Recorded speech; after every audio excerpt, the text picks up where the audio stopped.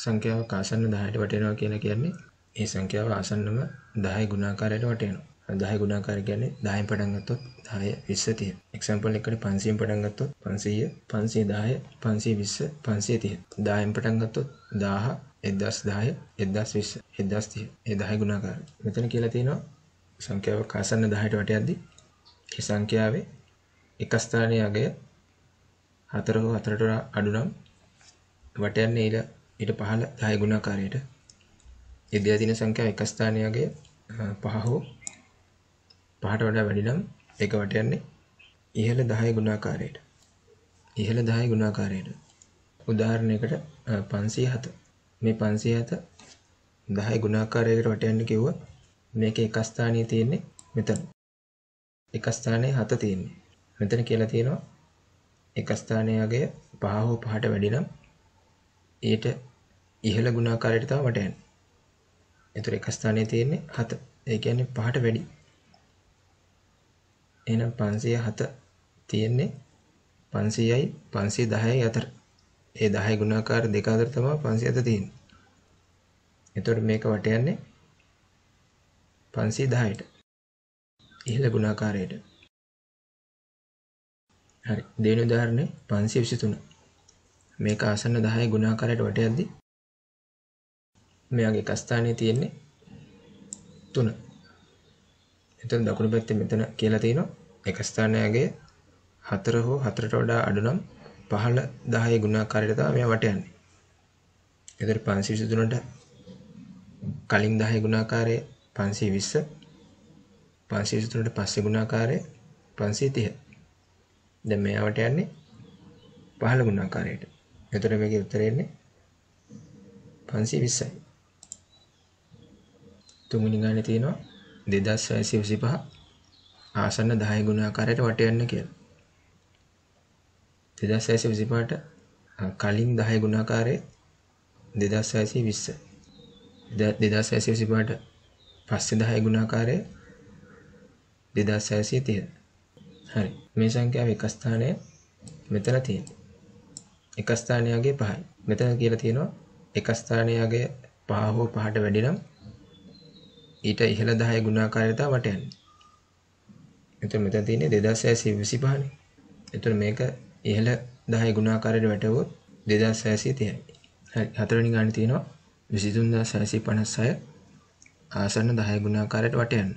23656ට කලින් 10 ගුණාකාරය 23650. 23650. 23656ට පස්සේ 10 ගුණාකාරය 23660. හරි. මේ දෙක හිතාගත්තා. ඊට පස්සේ බලනවා මේක එක ස්ථානයේ අගය 6 තියෙන්නේ. ඒතර එක ස්ථානයේ අගය 5 හෝ 5ට වැඩි නම් මේක වටයන්නේ ඉහළ ගුණාකාරයට.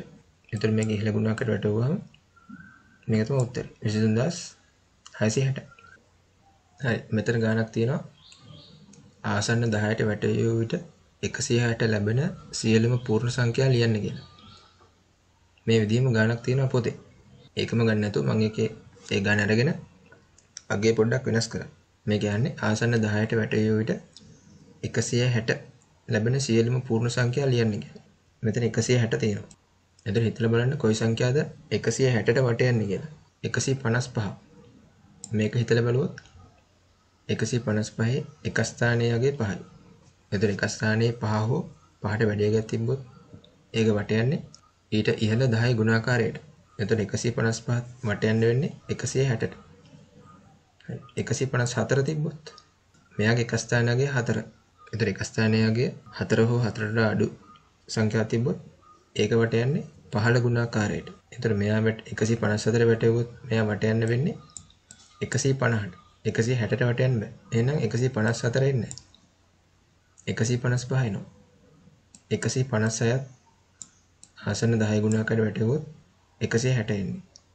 ඊට පස්සේ 157 එනවා. 158 159. හරි. ඊට පස්සේ 160 කියන්නේ මෙයා. හරි. ඊට පස්සේ 161 ආවොත් 161 ආවත් ඒක වටයන්න වෙන්නේ පහළ ගුණාකාරයට. ඒ කියන්නේ 160යි. 162 ආවොත් ඒක වටයන්න වෙන්නේ 160ට 163 આવොත් ඒක වට යන්න වෙන්නේ 160ට 164 આવොත් ඒක වට යන්න වෙන්නේ 160ට 165 આવොත් මෙයා වට යන්න වෙන්නේ ඊට ඉහළ ගුණාකාරයට. ඒ කියන්නේ 170ට. එහෙනම් මෙයා ඉන්නේ මේ ඔක්කොම එනවා. මෙතන 4යි පූර්ණ සංඛ්‍යා 4යි මෙතන පූර්ණ සංඛ්‍යා 5යි. මේ මාසේ 27 වෙනිදා. ඒ කියන්නේ ජූනි මාසේ 27 වෙනිදා හවස 4ට ඔන්ලයින් ක්ලාස් එකක් කරනවා. Zoom වලින් කරන්නේ. ඒකෙදි කරන්නේ 9 වසර 15 වෙනි පාඩම සමීකරණ. ඒකට ඕනෙක් කෙනෙක්ට ජොයින් වෙන්න පුළුවන්. ජොයින් වෙලා ඒ වෙලේම මොනවාරි ක්ලාස් එක යන වෙලේම ප්‍රශ්න තිබ්බොත් අහන්න පුළුවන්. ඕනෙක් කෙනෙක්ට ජොයින් වෙන්න පුළුවන්. අනුමිලේ කරන්නේ. ජොයින් වෙන්න කැමති අය කමෙන්ට් එකක් දාන්න ඊමේල් ඇඩ්‍රස් එක. නැත්නම් ඩිස්ක්‍රිප්ෂන් එකේ සමරායනේ Facebook page එකේ link එක තියෙනවා. ඒ link එකට WhatsApp number එක දාන්න. එතකොට 27 වෙනිදා හවස 2යි හවස 4යි අතර Zoom ක්ලාස් එකට ජොයින් වෙන link එකක් එනවා. ඒ link එක ක්ලික් කරලා ක්ලාස් එකට එන්න පුළුවන්. කම්පියුටර් එකෙන් Zoom වෙන්නත් පුළුවන්. Zoom එක දාලා නැත්නම් කම්පියුටර් එකට YouTube එකේ type කරන්න Zoom download කියලා. එතකොට videos ගොඩක් තියෙනවා හොයාගන්න. කම්පියුටර් එක නැත්නම් phone එකකින් Zoom දාගන්නත් පුළුවන්. right thank you. හරි ඊළඟ ආසන්න 100ට වැටීම. එතකොට මෙතන 100 ගුණාකාර දැනගන්න ඕනේ.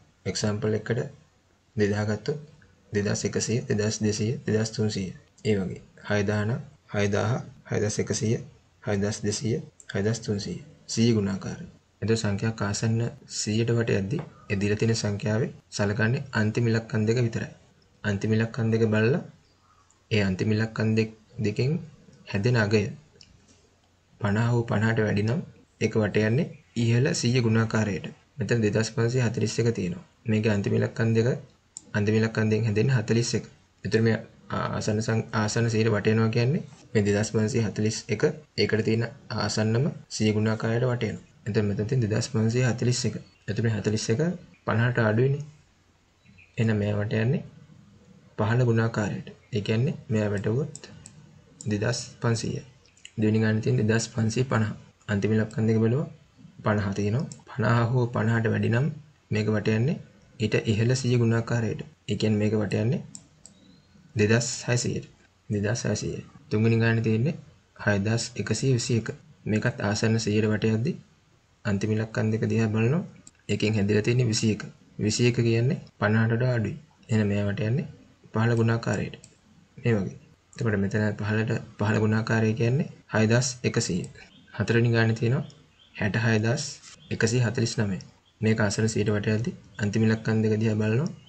ඒකේ තියෙන්නේ 49. 50ට වඩා අඩුයි. එහෙනම් වට යන්නේ 15 ගුණාකාරයට. 66100. හරි ඊට පස්සේ තියෙන්නේ සංඛ්‍යාවක් ආසන්න 18 වට යනවා. එතකොට කරන්නේ ඉස්සෙල්ලා 100 දි බලද්දි අන්තිම ඉලක්කම් දෙක බලනවා. 100.2යිනේ. එහෙනම් අන්තිම ඉලක්කම් දෙක බලනවා. 10.3යි. එහෙනම් මේකේ බලන්නේ ඉලක්කම් 3යි. අන්තිම ඉලක්කම් 3. පළවෙනිට තියෙනවා 4523. මේකේ අන්තිම ඉලක්කම් 3 අන්තිම ඉලක්කම් 3 523. එතකොට සංඛ්‍යාවක් ආසන්න 18 වට යද්දි ඒ සංඛ්‍යාව අපි සලකන්නේ ඉලක්කම් 3යිනේ. ඒ ඉලක්කම් 3ෙන් ඇදෙන සංඛ්‍යාව 500 හෝ 500ට වඩා වැඩි නම් ඒක වට යන්නේ ඉහළ 10 ගුණාකාරයට. 10 ගුණාකාරය කියන්නේ 10 2000 3000 4000 5000 ඒ වගේ. එතකොට මෙතන 523 තමයි හැදෙන්නේ. එතකොට මේක 500ට වඩා වැඩිනේ. එහෙනම් මේක වට යන්නේ ඊට ඉහළ ගුණාකාරයට. ඊට ඉහළ 10 ගුණාකාරයට. ඒ කියන්නේ 4523ට කලින් 10 ගුණාකාරය 4000. ඊට පස්සේ හැදෙන 10 ගුණාකාරය තමයි 5000. එහෙනම් මේකේ ඉහළ 10 ගුණාකාරය 5000. දෙවෙනි ගානේ තියෙනවා 3248. මේක ආසන්න 18 වට යද්දි අන්තිම ඉලක්කම් 3 බලනවා. ඒකෙන් හැදෙන්නේ 248. ඒක 500ට වඩා අඩුයි. එහෙනම් මේක වට යන්නේ 15 10 ගුණාකාරයට. 3248 15 10 ගුණාකාරය 3000. තුන්වෙනි ගානේ තියෙනවා 32720. මේකෙත් අන්තිම ඉලක්කම් 3ෙන් හැදෙන්නේ 720. 500ට වඩා වැඩි. එහෙනම් මේක වට යන්නේ ඉහළ ගුණාකාරයට. ඉහළ 10 ගුණාකාරයට. ඒ කියන්නේ 33000. හරි. අන්තිම එකේ තියෙන්නේ 725. මෙතන ඉලක්කම් 3මයි තියෙන්නේ. හරි. මේ ඉලක්කම් 3ෙන් හැදෙන්නේ 725. 725 කියන්නේ 500ට වඩා වැඩි. එහෙනම් මේකත් වට යන්නේ ඉහළ ගුණාකාරයට. ඒක තමයි 1000. හරි.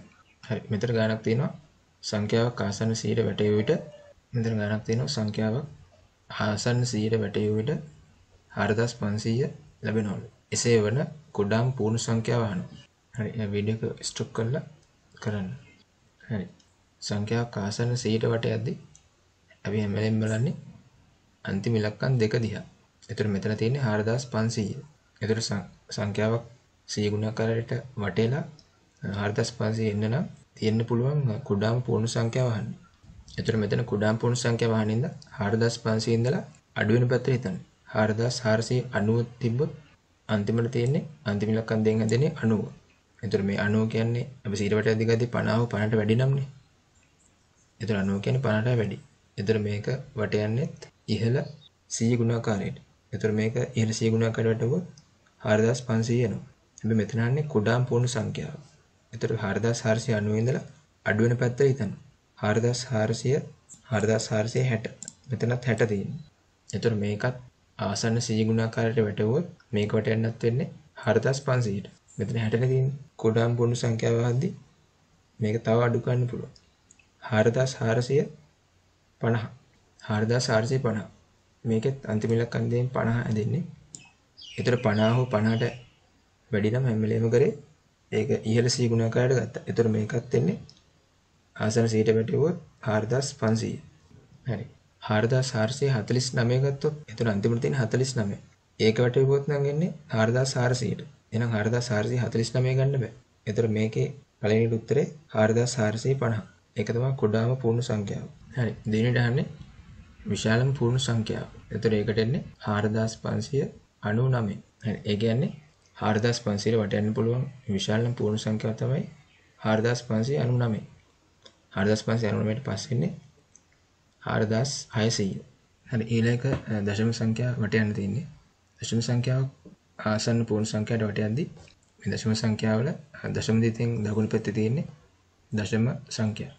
එතන මෙතන 12.4 තියෙනවා. එතන දශම 4. එතන දශම ස්ථානයේ දකුණු පැත්තේ තියෙන්නේ ඒ දශම සංඛ්‍යාව 5 හෝ 5ට වැඩි නම් ඒක වට යන්නේ ඊට ඉහළ තියෙන පූර්ණ සංඛ්‍යාවට. මෙතන තියෙන්නේ 12.4. එතන මේක ආසන්න පූර්ණ සංඛ්‍යාවට වට යද්දී මේක වට යන්නේ පහළ පූර්ණ සංඛ්‍යාවට. 12.4ට වඩා පහළ පූර්ණ සංඛ්‍යාව 12. දෙවෙනි එකේ තියෙනවා 12.5. එතන තියෙන්නේ 0.5. මේක ආසන්න පූර්ණ සංඛ්‍යාවට වට යද්දී මෙතන තියෙන 0.5. එතකොට ඒ දශම ස්ථානයේ 5 හෝ 5ට වැඩි නම් ඒක වට යන්නේ ඊට ඉහළ තියෙන පූර්ණ සංඛ්‍යාවට. 12.5ට පස්සේ තියෙන ඊට ඉහළ තියෙන පූර්ණ සංඛ්‍යාව 13. තුන්වෙනි එකේ තියෙනවා 12.8. එතන 0.8 තියෙන්නේ. එතන මේ 0.8 කියන්නේ 5ට වඩා වැඩි. එතන 12.8 ආසන්න පූර්ණ සංඛ්‍යාවට වට යද්දී ඒකෙන්නෙත් 13. මෙතන 20.5 ආසන්න පූර්ණ සංඛ්‍යාවට වට යද්දී මෙතන 0.5 තියෙන්නේ. මෙතන උඩ කියලා තියෙනවා 5 හෝ 5ට වැඩි නම් ඉහළ පූර්ණ සංඛ්‍යාවට. 12.5ට පස්සේ තියෙන පූර්ණ සංඛ්‍යාව 21. මේ පාඩමේ අන්තිමට තියෙන්නේ දශම සංඛ්‍යාවක් දීලා ඒක දෙන ලද දශම ස්ථානයකට වට යන්න. එතකොට මෙතන තියෙනවා 15.623. මේ දශම තිතට පස්සේ එන පළවෙනි සංඛ්‍යාව තමයි පළමු දශම ස්ථානය. ඊට පස්සේ තියෙන්නේ දෙවෙනි දශම ස්ථානය. ඊට පස්සේ තියෙන්නේ තුන්වෙනි දශම ස්ථානය. ඒ වගේ දශම තිතට පස්සේ පළවෙනි දශම ස්ථානය, දෙවෙනි දශම ස්ථානය, තුන්වෙනි දශම ස්ථානය කියලා දශම ස්ථාන වැඩි වෙනවා. එතකොට මේකේ 15.623. මේකේ දශම ස්ථාන ඔක්කොම තියෙනවා 3ක්. මෙහෙම ගානක් දීලා කියනවා මේක දශම ස්ථාන දෙකකට වට යන්න කියලා. දැන් මෙතන දශම ස්ථාන 3ක් තියෙනවා. මේක වට යන්න ඕනේ දශම ස්ථාන දෙකකට. එතකොට මේකේ අන්තිමට තියෙන දශම ස්ථානයට යනවා. එතකොට මෙතන තියෙන්නේ 3. එතකොට බලන්න මේ අන්තිමට තියෙන ඉලක්කම 5ද නැත්නම් 5ට වඩා වැඩිද කියලා. 3 කියන්නේ 5ට අඩුයිනේ. එහෙනම් මෙයාව කෙලින්ම නොසලකා හරින්න පුළුවන්. එතකොට 15.623 දශම ස්ථාන දෙකකට වැටෙවුවොත් උත්තරයට එන්නේ 15.62 විතර. හරි. මෙතන ගානක් තියෙනවා 3.78 පළමු දශම ස්ථානයට වට යන්න කියලා.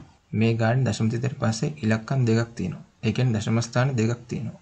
එතකොට දශම ස්ථාන දෙකක් තියෙන හින්දා මේ පළමු දශම ස්ථානයට වට යන්න කියන්නේ මෙතන දශම තිතෙන් පස්සේ තියෙන්න ඕන එක ඉලක්කමයි. එතකොට තමයි පළමු දශම ස්ථානය කියලා කියන්නේ. 3.78 පළමු දශම ස්ථානයට වට යන්න කියලා තියෙනවා. මෙතන අන්තිම දශම ස්ථානයට යනවා. එතන තියෙන්නේ 8. මෙතන තියෙන සංඛ්‍යාව 5 හෝ 5ට වැඩිද කියලා බලනවා. ඔව් 8නේ තියෙන්නේ. එතකොට කරන්නේ මේක නොසලකා හරින්න බෑ ඉස්සෙල්ලා වගේ. මෙතන අන්තිමට තියෙන මෙතන අන්තිමට තියෙන ඉලක්කම 5 හෝ 5ට වැඩි නම් වම් පැත්තේ තියෙන ඉලක්කමට එකක් එකතු කරනවා. 8 නොසලකා හැරලා ඊට වම් පැත්තේ තියෙන ඉලක්කමට එකක් එකතු කරනවා. හරි. එතකොට එන්නේ 3.7 මේ 7ට එකක් එකතු කරාම 8 වෙනවා. මෙතන තියෙන 8 අයින් වෙලා යනවා. හරි. දෙවෙනි ගානේ තියෙනවා 55.68 පළමු දශම ස්ථානයේ වට යන්න කියලා. මේ ගානේ දශම ස්ථාන දෙකක් තියෙනවා. 6 තියෙනවා 8 තියෙනවා. එතකොට මේ දශම ස්ථාන දෙක දශම ස්ථාන එකකට ගේන්න. මෙතනත් බලනවා අන්තිම ඉලක්කම දිහා 8 තියෙන්නේ. එතකොට 5 හෝ 5ට වැඩි නම් ඊට කලින් තියෙන සංඛ්‍යාවට එකක් එකතු කරනවා. මෙතන මෙහෙම මේ එකක් එකතු කරන්නේ මේ මොකද දශම ස්ථානයක් දීලා ඒක දශම ස්ථාන ගන්න අඩු කරද්දි. දැන් මෙතන දශම ස්ථාන දෙකක් තියෙනවා. ඒ දෙක අඩු කරන්න කියනවා එක දශම ස්ථානයකට. ඒ වගේ අවස්ථාවල විතරයි මේට කලින් තියෙන සංඛ්‍යාවට එකක් එකතු කරන්නේ. මේ වගේ. එතකොට මෙතන 8 කියන එක 5ට වඩා වැඩි. එහෙනම් 8 නොසලකා හැරලා මේ 6ට එකක් එකතු කරනවා. එතකොට එන්නේ 55.7. හරි. මෙතන ගණන් තුනක් තියෙනවා. පළමු දශම ස්ථානෙට වට යන්න තියෙන්නේ. පළවෙනි ගානේ තියෙනවා 2.63. මෙතන දශම ස්ථාන දෙකක් තියෙනවනේ. එතකොට මේකේ අන්තිම දශම ස්ථාන දිහා බලනවා. ඒකේ තියෙන්නේ 3. එතකොට මේ 3 කියන එක 5ත් නෙමෙයි 5ට වඩා අඩුයි. එහෙනම් මෙයා නොසලකා හරිනවා. උත්තරෙට එන්නේ 2.6.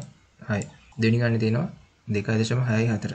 එතකොට මේකෙත් අන්තිම දශම ස්ථානේ බලනවා 4 තියෙන්නේ 5ට වඩා අඩුයි. එහෙනම් ඒක නොසලකා හරිලා මේකේ උත්තරේ මේක පළමු දශම ස්ථානයේ වැටුවාම 2.6. දැන් මේ තියෙන්නේ පළමු දශම ස්ථානේ විතරයි තියෙන්නේ. මේකත් හරි. තුන්වෙනි ගානේ තියෙනවා 2.65. මේකත් පළමු දශම ස්ථානයේ වැටෙද්දි අන්තිම ඉලක්කම දිහා බලනවා 5 තියෙන්නේ. එතකොට 5 හෝ 5ට වැඩි නම් ඊට පෙර සංඛ්‍යාවට එකක් එකතු කරන්න ඕනේ. එතකොට මේ 5 නොසලකා හරින්න බෑ. එතකොට 5 අයින් කරලා ඒ අයින් කරන වෙනුවට මේ 6ට එකතු කරනවා. එතකොට එන්නේ 2.7. හරි. මෙතන ගානක් තියෙනවා 5 අගය 3.1415 නම් මේ අගය ආසන්න පූර්ණ සංඛ්‍යාවට ආසන්න පළමු දශම ස්ථානයට ආසන්න දෙවන දශම ස්ථානයට වට යන්න කියනවා. මේක ආසන්න පූර්ණ සංඛ්‍යාවට වට යද්දි මේ දශම සංඛ්‍යාව පූර්ණ සංඛ්‍යාවට වට යගෙන ඉද්දි මේ දශම ස්ථාන අගයකේ ඉඳලා එක එක ඉස්සරහට වට යගෙන එන්න ඕනේ. මෙතන අන්තිම ඉලක්කම තියෙන්නේ 9. එතකොට 9 කියන්නේ 5ට වඩා වැඩි. එහෙනම් 9 අයින් කරලා ඊට වම් පැත්තේ සංඛ්‍යාවට එකක් එකතු ගන්න පුළුවන්. එතකොට 9 අයින් කරලා මේක 6 වෙනවා. ඊට පස්සේ මෙතන තියෙනවා 3.1416. දැන් මේක පූර්ණ සංඛ්‍යාවකටම ගේන්න ඕනේ. ඒ කියන්නේ දශම ස්ථාන ඔක්කොම අයින් වෙන්න ඕනේ. ඒ කියන්නේ දශම ස්ථාන ඔක්කොම වටේගෙන එන්න ඕනේ. හරි. මෙතන එතකොට මෙතන 9 අයින් වුණා. දැන් තියෙන්නේ 6.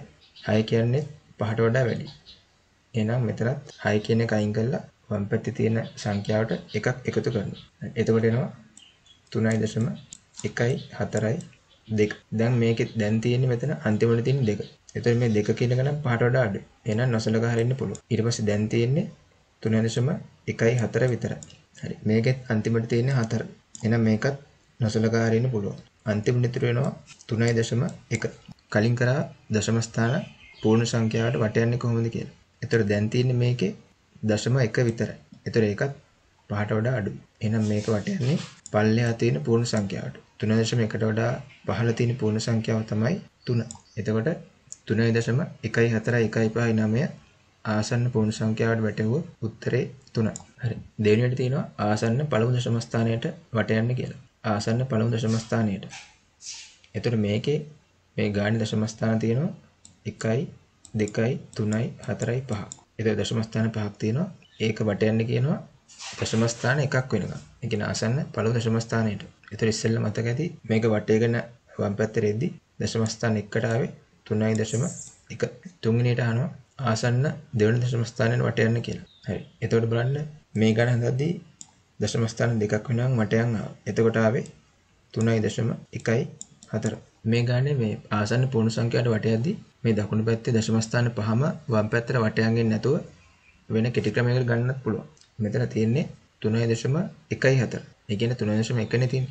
3.1 තියෙන්නේ. එතකොට දශම ස්ථාන පූර්ණ සංඛ්‍යාවට වට යද්දී මෙතන අන්තිම ඉලක්කම බලලා ඒක 5 හෝ 5ට වැඩි නම් ඊට ඉහළ තියෙන පූර්ණ සංඛ්‍යාවට වැටෙවුවා. 5ට වඩා අඩු නම් ඊට පහළ තියෙන පූර්ණ සංඛ්‍යාවට වැටෙවුවා. ඒ විදිහට මේක කෙලින්ම 3 කියලා ගන්නත් පුළුවන්.